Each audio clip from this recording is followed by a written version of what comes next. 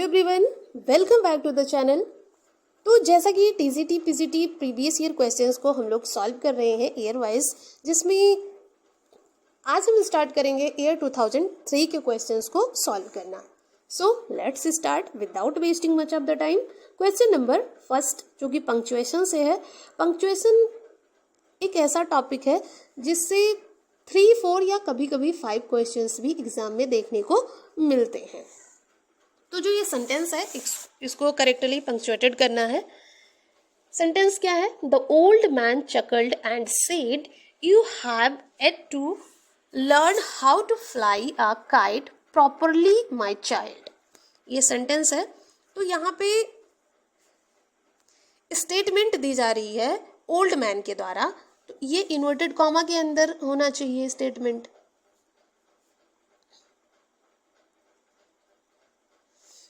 The old man chuckled and said, बूढ़ा आदमी हंसते हुए कहा। यहाँ पे कॉमा आना चाहिए। You have ought to learn how to fly a kite properly my child, यहाँ पे भी कॉमा होना चाहिए, प्रॉपरली माई चाइल्ड। यानी कि तुम्हें old man chuckled and said, बूढ़े आदमी ने हंसते हुए कहा, मेरे बच्चे तुम्हें अभी भी ठीक से पतंग उड़ाना सीखना बाकी है। तो ये पंक्चुएशन यूज होगा। अब देखते हैं किस ऑप्शन में ये पंक्चुएशन यूज हुआ है। तो ऑप्शन नंबर ए जो है, इसमें क्वेश्चन मार्क का यूज कर लिया, यानी कि ये रॉन्ग हो गया। बी की बात करें तो पहले सी में देखते हैं, सी में भी क्वेश्चन मार्क लगा है। डी में इन्वर्टेड कॉमा नहीं है, तो ऑप्शन नंबर बी ही हमारा करेक्ट आंसर हो जाएगा। नेक्स्ट सेंटेंस है, I went up to him and held out my hand, how are you I asked, I am not in hilarious spirits, he answered. तो यहाँ भी स्टेटमेंट की बात है। कहाँ पे है? I asked how are you, तो यहाँ हाउ आर यू को इन्वर्टेड कॉमा के अंदर लिखा जाएगा एंड उसके बाद यहाँ पे क्वेश्चन मार्क भी आएगा। एंड जो सेकेंड स्टेटमेंट है वो आई am not a hilarious spirit, यहाँ पे होगा, यहाँ पे इन्वर्टेड कॉमा होना चाहिए। ही आंसर्ड, उसने उत्तर दिया। क्या मतलब होगा इसका? I went up to him and held out my hand, मैं उसके पास गया और अपने हाथ को बढ़ा के, मतलब हाथ बढ़ा के मैंने उससे पूछा how are you. I asked, मैंने पूछा हाउ आर यू। अब कैसे हैं? I am not in hilarious spirit, मैं बहुत खुश नहीं हूँ। ही आंसर्ड, उसने आंसर दिया। तो ये दोनों ही स्टेटमेंट है, दोनों स्टेटमेंट के साथ इन्वर्टेड कॉमा का यूज होना चाहिए। साथ ही यहाँ पे हैंड के बाद कॉमा आएगा, my hand, and I asked, यहाँ पे भी कॉमा आएगा। तो चलिए देखते हैं किस ऑप्शन में सही पंक्चुएशन लगा है। तो ऑप्शन नंबर ए जो है, इसमें कहीं भी इन्वर्टेड कॉमा नहीं दिख रहा है, सी में भी नहीं है, डी में, डी भी गलत है। ऑप्शन बी जो होगा बिल्कुल सही हो जाएगा। I went up to him and held out my hand, यहाँ पे कॉमा है। How are you inverted comma के अंदर लिखा है एंड क्वेश्चन मार्क का भी यूज किया गया है। आई आस्क्ड, मैंने कहा, यहाँ फुल स्टॉप है। तो ऑप्शन बी जो है ये करेक्टली पंक्चुएटेड है। नेक्स्ट क्वेश्चन पे चलते हैं। क्वेश्चन नंबर 3, ये भी पंक्चुएशन से ही है। सेंटेंस क्या है? The creator answered S, but by accepting the burden you will show your greatness of heart. तो द क्रिएटर आंसर्ड, यहाँ पे आंसर्ड के बाद कॉमा आना चाहिए, जो कि ऑप्शन नंबर सी में नहीं है, डी में भी नहीं है, ऑप्शन नंबर ए में दिख रहा है। एस के बाद कॉमा है, ये भी सही है, यानी कि ऑप्शन नंबर ए सही आंसर होगा। ऑप्शन नंबर ए करेक्टली पंक्चुएटेड है। नेक्स्ट क्वेश्चन पे चलते हैं। क्वेश्चन नंबर 4 है, choose the correct name of the punctuation mark of the sentence given below in brackets. God made the country, man the town. तो यहाँ पे ये जो पंक्चुएशन मार्क लगा है इसका नाम बताना है कि ये कौन सा पंक्चुएशन मार्क है। Semi colon, colon, comma, inverted comma. तो ये सेमी कॉलन है। ऑप्शन नंबर ए बिल्कुल सही आंसर हो जाएगा। नेक्स्ट क्वेश्चन पे चलते हैं। क्वेश्चन नंबर 5 है, who is the heroine in Shakespeare's the Tempest? Desdemona, Portia, Nerissa, Miranda. तो टेम्पेस्ट जो कि विलियम शेक्सपियर का एक प्ले है, तो टेम्पेस्ट की जो हीरोइन है वो मिरांडा है और ये वर्क 1612 में पब्लिश हुआ है। मिरांडा जो कि डॉटर ऑफ प्रोस्पेरियो है, यानी प्रोस्पेरियो की डॉटर है। डेस्डेमोना जो है ये ओथेलो की हीरोइन है, ओथेलो। एंड पोर्सिया की अगर बात करें, पोर्सिया एंड नेरेसिया ये दोनों ही द मर्चेंट ऑफ वेनिस से हैं।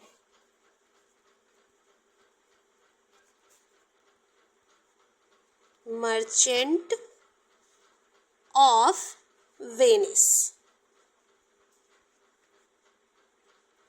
क्लियर है? नेक्स्ट क्वेश्चन पे चलते हैं। Read the following lines and answer the questions that following it. O Julius Caesar, thou art mighty at thy spirit walks abroad and turns our swords in our own proper entrails. What is the essence of this statement? तो ये जो line है ये Brutus बोलता है। कब? जब जो है ब्रूटस अपनी तलवार से सीजर को मार देता है और सीजर मरा हुआ पड़ा रहता है, तो सीजर को देख के ब्रूटस इस लाइन को बोलता है, O Julius Caesar thou art mighty yet, यानी कि तुम्हारी जो आत्मा है वो एब्रॉड में घूम रही है, वॉक्स एब्रॉड एंड टर्न्स। तो ब्रूटस कहता है कि ओ जूलियस सीजर तुम यहाँ बहुत शक्तिशाली हो, यानी तुम यहाँ शक्तिशाली हो, तुम्हारी जो आत्मा है वो एब्रॉड में इधर उधर घूम रही है। Our sword in our own proper entrails, और मेरी जो तलवार है वो मेरी नहीं, हमारी जो तलवार है वो हमारी इंट्रायल्स में है, यानी आंतरिक अंतड़ियों में है, यानी कि वो उसको स्टैब कर दिया गया है तलवार से। तो ब्रूटस सीजर के जो है डेथ के बाद इस लाइंस को, यानी इन लाइंस को बोलता है। What is the essence of his statement? तो इस स्टेटमेंट का एसेंस क्या हुआ, यानी क्या निष्कर्ष हुआ? Caesar was mighty, Cassius was mighty. यहाँ कैसियस की बात ही नहीं हो रही है, यहाँ तो सीजर की बात हो रही है। एंटोनी वॉज माइटी, एंटोनी की भी बात नहीं हो रही है, ब्रूटस की भी नहीं बात हो रही है। Caesar was mighty even after his death. जो सीजर है वो डेथ के बाद भी शक्तिशाली है। ये इसका एसेंस हुआ। ऑप्शन नंबर सी जो होगा वो करेक्ट आंसर हो जाएगा। नेक्स्ट क्वेश्चन पे चलते हैं। क्वेश्चन नंबर 7 है, who states these words for Shakespeare soul of the age? The applause, the delight, the wonder of our stage. ये वर्ड्स जो हैं कि बेन जॉनसन के द्वारा कहे गए विलियम शेक्सपियर को। Soul of the age, the applause यानी कि तालियां, द डिलाइट खुशी, the wonder of the stage हमारे मंच का आश्चर्य। ये सभी वर्ड्स कहे हैं बेन जॉनसन ने विलियम शेक्सपियर को। नेक्स्ट है, Macbeth sees the ghost of. Macbeth ने किसका घोस्ट देखा था? डंकन का। ऑप्शन नंबर ए सही हो जाएगा। मैकबेथ ने डंकन के भूत को देखा था। नेक्स्ट क्वेश्चन है, cowards die many times before their death. The valiant never taste of death but once. जो कावर्ड्स होते हैं, जो कायर होते हैं, वो अपनी मृत्यु से पहले कई बार मरते हैं, लेकिन जो वैलिएंट होते हैं वो मृत्यु के पहले कभी नहीं मरते, यानी उनकी एक ही बार मृत्यु होती है। तो this line have been taken from, ये लाइन कहाँ से ली गई है? जूलियस सीजर से। Option number B will be right answer, Julius Caesar. Next question है, Shakespeare was born in, Shakespeare का जन्म हुआ था 1564 में, डेथ हुई थी 1616, 23 अप्रैल। जो ये जो डेट है ये 23 अप्रैल, ये डेथ और बर्थ दोनों की सेम ही है। 23 अप्रैल 1564 को जन्म हुआ था एंड 23 अप्रैल 1616 को डेथ हुई थी विलियम शेक्सपियर की।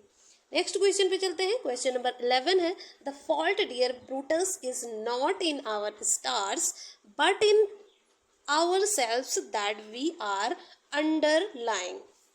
underlings. Cassius made this remark before Brutus because he was zealous of growing power of Caesar and wanted to incite him against Caesar. सही आंसर हो जाएगा option number C. Next question है, recollect Romeo and Juliet and state the meaning of my life is my foe's debt. My life is my foe's debt, यानी मेरा जो जीवन है, मेरा जीवन मेरे दुश्मन का ऋण ही है। डेब्ट मीन्स ऋण या कर्ज। तो इसका क्या मतलब होता है, ऐसा क्यों कहा? ऑप्शन नंबर डी हो जाएगा सही answer, that he loved Juliet who was the daughter of the enemy of his family. Next question है, one of the best play the Tempest is the last of Shakespeare's plays, how was inspired to write it by which incidents? Tempest जो कि William Shakespeare का one of the best play है, तो और ये last play भी है William Shakespeare का। किससे इंस्पायर्ड होके, किस इंसिडेंट से इंस्पायर्ड होके विलियम शेक्सपियर ने टेम्पेस्ट को लिखा था? The defeat of the Armada, singing of a ship, return of the sailors of a ship that had disappeared. यही सही आंसर हो जाएगा। नेक्स्ट क्वेश्चन पे चलते हैं। तो हम लोग यहाँ 37 क्वेश्चंस को करेंगे आज की वीडियो में। एंड फ्रेंड्स, चैनल पे अगर नए हैं तो चैनल को सब्सक्राइब, लाइक एंड शेयर करते रहिए। क्वेश्चन नंबर 14 है, what is the year of death of Shakespeare? Shakespeare की डेथ कब हुई थी? 1616 में। Clear friends? नेक्स्ट क्वेश्चन पे चलते हैं। Shakespeare's merchant of Venice was produced in, merchant of Venice जो है ये प्रोड्यूस हुआ था आई थिंक 1598, कहीं कहीं पे 99 भी लिखा होता है, एंड पब्लिश हुआ था ये 1600 में। 1600 में फर्स्ट क्वार्टो एडिशन में ये पब्लिश हुआ था।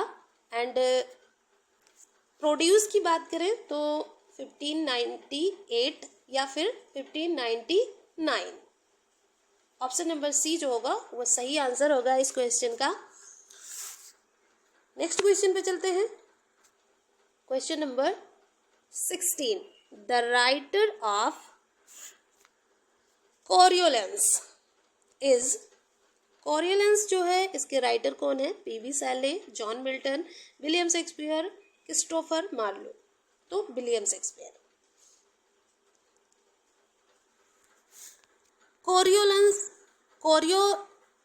कोरियोलेंस जो है ये एक रोमन प्ले है, Roman play 1609 written by William Shakespeare. Clear है फ्रेंड्स? नेक्स्ट क्वेश्चन पे चलते हैं। Hamlet was written by Shakespeare. The Hamlet was written by William Cuthbert Faulkner. Option number B. Hamlet William Shakespeare ने लिखा था and the Hamlet जो था वो विलियम फॉकनर ने लिखा था 1940 में। क्लियर है? In which play of Shakespeare do we find these lines? There needs no ghost, my lord, come from the grave to tell in this. तो ये जो लाइन है ये कही गई है हैमलेट में। Option number D will be the right answer. Next question है, which of Shakespeare's tragedies is called the tragedy of reflection? Tragedy of reflection कहा गया है हैमलेट को। रिफ्लेक्शन यानी कि प्रतिबिंब।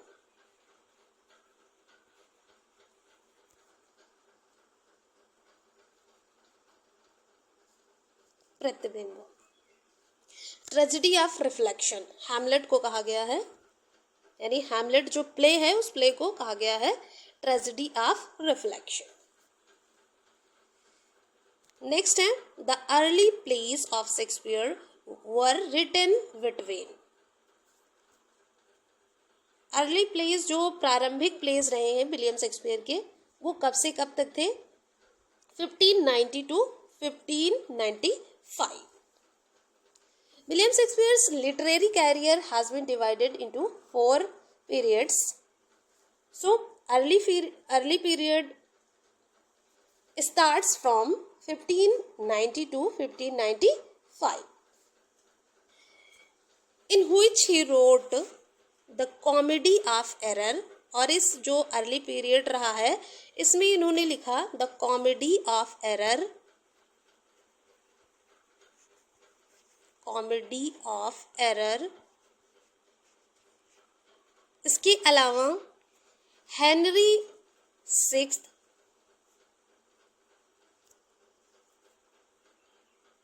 हेनरी सिक्स्थ का पार्ट फर्स्ट,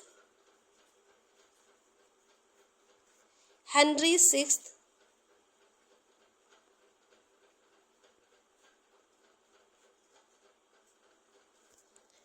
का part second and third, king John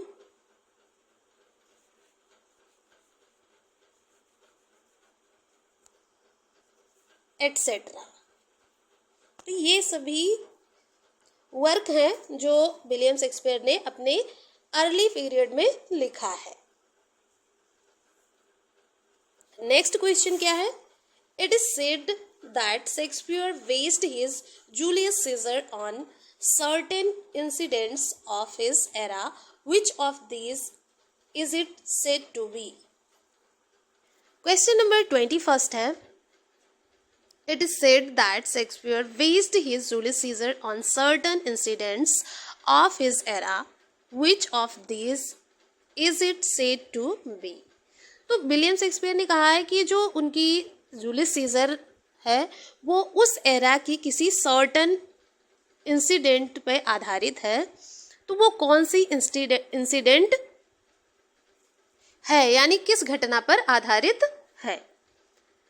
तो इसका सही आंसर होगा option number A, the rebellion of the Duke of Essex. Duke of Essex के विद्रोह पर आधारित। नेक्स्ट है, the poet was the famous poem daffodils is. Daffodils जो पोएम है ये विलियम वर्ड्सवर्थ की है और ये कंपोज्ड हुई 1802 में एंड अगर पब्लिश की बात करें तो पब्लिश्ड इन 1807। नेक्स्ट क्वेश्चन पे मूव करते हैं। Who is the author of lyrical ballads? Lyrical ballads के जो ऑथर है वो विलियम वर्ड्सवर्थ है। लिरिकल बैलेड्स जो है ये 2 एडिशन में पब्लिश हुआ है। इसका फर्स्ट एडिशन आया था 1798 में, और बात अगर सेकेंड एडिशन की करें तो सेकेंड एडिशन आया था 1800 में। टोटल इसमें 23 पोएम्स थी, जिसमें से 4 पोएम्स एस.टी. कॉल्डिस की थी एंड 19 पोएम्स विलियम वर्ड्सवर्थ की रही हैं। जो फर्स्ट एडिशन आया इसमें प्रीफेस नहीं था, सेकेंड एडिशन प्रीफेस के साथ आया था। तो ये सभी बातें लिरिकल बैलेड्स से रिलेटेड रही हैं। नेक्स्ट क्वेश्चन पे चलते हैं। Question number 24, the prelude was written in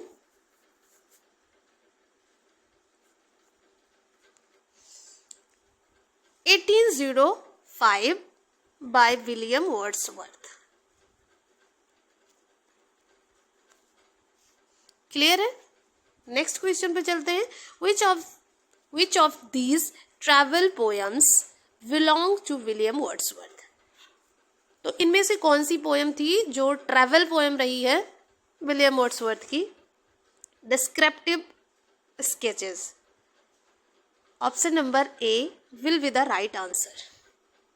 next है lyrical ballads appeared with 4 poems by Coleridge and 19 by Wordsworth. ये सही है। टोटल 23 पोएम्स रही हैं, जिसमें 4 पोएम्स एस.टी. कॉल्डिस की एंड 19 पोएम्स विलियम वर्ड्सवर्थ की थी लिरिकल बैलेड्स में। नेक्स्ट क्वेश्चन है emotion recollected in tranquillity the profound philosophy of Wordsworth was rejected by. William Wordsworth के रिफाउंड फिलॉसफी गहन दर्शन शांति में स्मरण की भावना, इमोशन रिकलेक्शन इन ट्रैंक्विलिटी को किसने रिजेक्ट कर दिया? Was rejected by. किसने इसको रिजेक्ट किया? T S. Eliot, Roland Barthes, William Hazlitt, Ezra Pound. सही आंसर हो जाएगा टी.एस. एलियट ने। नेक्स्ट क्वेश्चन है question number 28, read the following lines of poem and answer the question that follows. S I must pass them for a noble life where I may find agonies the strife of human hearts. Which characteristics of the poet's creation do you find in these lines? तो ये जो line दी गई है, इस lines में poet की रचना के किस कैरेक्टरिस्टिक के बारे में बताया गया है? As I must pass them for a noble life were I. क्या मतलब होगा इसका हिंदी में? एस आई मस्ट, हाँ मुझे उनसे पास देम गुजरना होगा, for a noble life were I, और एक श्रेष्ठ जीवन जीना होगा। May find agonies the strife of human hearts, और जहाँ मैं पीड़ा और मानवीय दुखों के संघर्ष को देख सकूँगा। तो इन लाइंस में जो कैरेक्टरिस्टिक का पता चलता है वो है ह्यूमैनिटेरियन। ऑप्शन नंबर ए राइट आंसर होगा। नेक्स्ट क्वेश्चन है which of these is not a work by John Keats? John Keats, Isabella तो है जॉन कीट्स का ही वर्क है। ऑट टू ऑटम ये भी है। द पॉट ऑफ बेसिल ये भी है। Option number D tonight, ये जो है जॉन कीट्स का वर्क नहीं है। टू नाइट जो है ये पीबी सैले का है।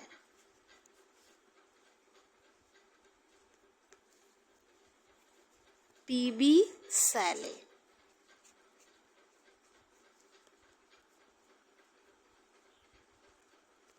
की एक पोयम है, ये पीबी सैले की पोयम है।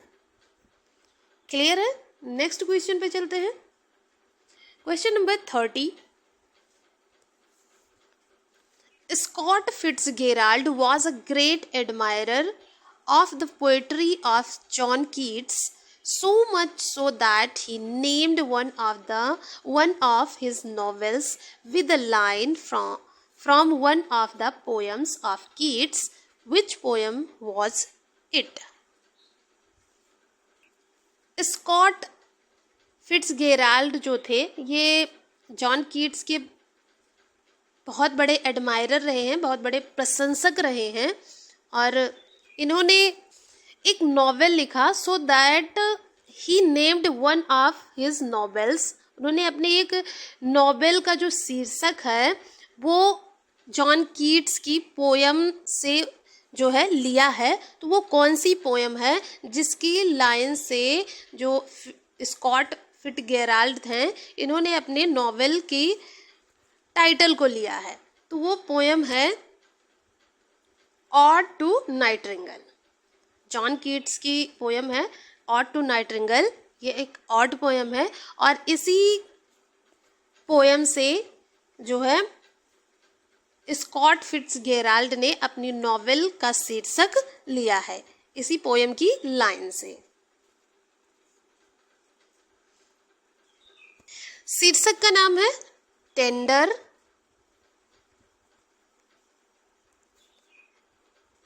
is the nightingale, is the night।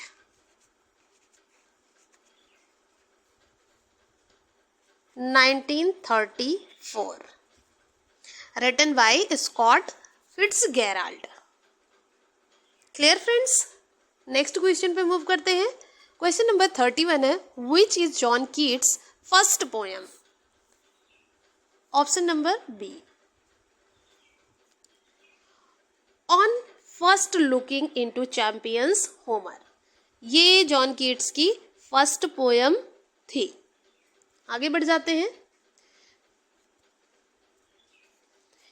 एंडेमियन by Keats is the story of a young shepherd loved by the moon goddess. Keats took the story from. Endymion जो कि कीट्स की एक वर्क है जिसमें जो स्टोरी है वो एक यंग शेफर्ड की है। ये स्टोरी ली गई है रोमन ग्रीक माइथोलॉजी से। Option number C will be the right answer for this question. Next question है 33। To some of this contemporaries he appeared as a member of the Cockney School of Poetry। Who is he? तो the Cockney school of poetry से related हैं John Keats. Option number A जो होगा वो सही answer होगा। Next question है, which romantic novel is by Charles Lamb? Rosamund Gray. ये चार्ल्स लैम्ब का एक रोमांटिक नोवेल है जिसको चार्ल्स लैम्ब ने लिखा है first period of literary career में 1798। नेक्स्ट है, Mrs Battle's opinions on whist is an essay that has delegated generations of readers। We find it in, sorry यहाँ डिलाइटेड होगा, डेलीगेटेड नहीं, मैंने शायद डेलीगेटेड पढ़ा है बट ये डिलाइटेड है। Mrs Battle's opinions on whist, ये जो ऐसे है ये जो कि रीडर्स के कई पीढ़ियों को डिलाइटेड यानी खुशी कर देता है, वो पाया we find it in, option number B ये जो है essays of Elia by Charles Lamb. तो सही आंसर होगा ऑप्शन नंबर बी, ये जो एसे है वो किसके अंतर्गत है, एसेज ऑफ एलिया बाय, जो कि चार्ल्स लैम्ब द्वारा लिखा गया है। नेक्स्ट क्वेश्चन है Lamb's essays of Elia were written in 1820 to 1823. When were the last essays of Elia written? तो essays of Elia जो है इसके अंतर्गत बहुत सारे essays हैं। तो essays of Elia जो कि लिखा गया 1820 से 1823 के बीच में, जबकि लास्ट एसेज ऑफ एलिया जो है वो कब लिखा गया, 1833 में। सही आंसर होगा option number A. Next question है क्वेश्चन नंबर 37 और ये आज का लास्ट क्वेश्चन है। A part form tales from Shakespeare Lamb's work for children only includes. तो विलियम शेक्सपियर की कहानियों के अलावा जो चार्ल्स लैम्ब का बच्चों के लिए वर्क है वो इंक्लूड्स है किसमें, the adventures of Ulysses. Option number A will be the right answer. तो यहाँ पे हमने 37 क्वेश्चंस को कंप्लीट किया एंड फर्दर क्वेश्चंस को हम नेक्स्ट वीडियो में डिस्कस करेंगे। टोटल जो 2003 के क्वेश्चंस हैं वो आई थिंक 150 अराउंड हैं। आज के लिए इतना ही, मिलते हैं नेक्स्ट वीडियो में। चैनल पे अगर नए हैं तो चैनल को सब्सक्राइब करें, लाइक एंड शेयर करें, ज़्यादा से ज़्यादा लोगों में शेयर करें ताकि जो भी लोग टीजीटी पीजीटी इंग्लिश की प्रिपरेशन कर रहे हैं उन सभी के लिए बेनिफिशियल हो सके। वन मोर थिंग, अगर वीडियो में अगर आंसर में कोई दिक्कत है, किसी भी क्वेश्चंस के आंसर में अगर कोई भी दिक्कत लगे या फिर ऐसा लगे कि हाँ ये आंसर नहीं होना चाहिए, तो please suggest the comment box. मिलते हैं नेक्स्ट वीडियो में फर्दर क्वेश्चंस के साथ। जय हिंद।